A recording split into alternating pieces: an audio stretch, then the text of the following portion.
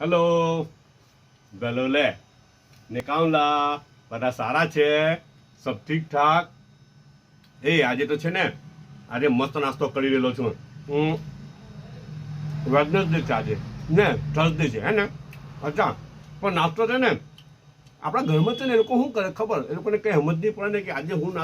નાસ્તો બહુ વખત કન્ફ્યુઝન થાય એ કન્ફ્યુઝન થતું હોય ને બધા જે કિચનમાં છે તે લોકોને કન્ફ્યુઝન થતું હોય બાકી કિચનમાં નથી ને બેઠું દસ્તરખાન પર બેસી જાય ને તો એ લોકોને તો કંઈ કન્ફ્યુઝન નહીં થતું હોય કિચનમાં એ લોકોને બહુ કન્ફ્યુઝન હોય કે આજે હું બનાવવાનું કાલે હું બનાવવાનું આજે નાસ્તામાં હું આ તે બધું આવે સમટાઈમ મગજ કામ નહીં કરે કે હું બનાવે તો એ લોકો શું કરે ખબર ઘરવાળા શું કરે ખબર ફ્રીજનો દરવાજો ખોલી કાઢે ફ્રીજ ખોલી કાઢે સામે બધું જે કંઈ દેખાય ને બચેલું આ કંઈ મસાલો દેખાયો પેલું દેખાયું અચ્છા બધું કાઢીને તેમાંથી કંઈ ને કંઈ ડીશ બનાવી કાઢે અચ્છા તે ડીશ છે ને પાછી અલગ જ હોય એનું નામ બી કંઈ અપાય નહીં આપણા ઘરમાં તો એવું ચાલે છે જનરલી અમારા મેડમ તો એવું કરે શું કરેલું છે ખબર ફ્રીજ ખોલી કાઢ્યું કન્ફ્યુઝન ઉઠું ફ્રીજ ખોલી કાઢ્યું તો પલોની દેખાય થોડો કે સોસ ને મસાલો ને એમ તેમ ઉઠું બ્રેડ ઉઠું રાઈટ તો એ બધું લઈને સેન્ડવિચ બનાવી કાઢી હવે સેમ ટેસ્ટ ને સેમ વસ્તુ જો પાછા બીજી વખત તમે લેવા જાઓ બીજી વખત માંગવા જાઓ તો નહીં મળે કેમ કે આ તો બધું બચેલામાંથી બનાવેલું છે ખબર ને આમાંથી થોડું લીધું પેલું લીધું અને ડીશ તૈયાર થઈ ગઈ પણ ડીશ બહુ મસ્ત બને એવી મસ્ત ટેસ્ટી ડીશ બને આવી રીતના બનાવજો એ ડીશનું કોઈ નામ નહીં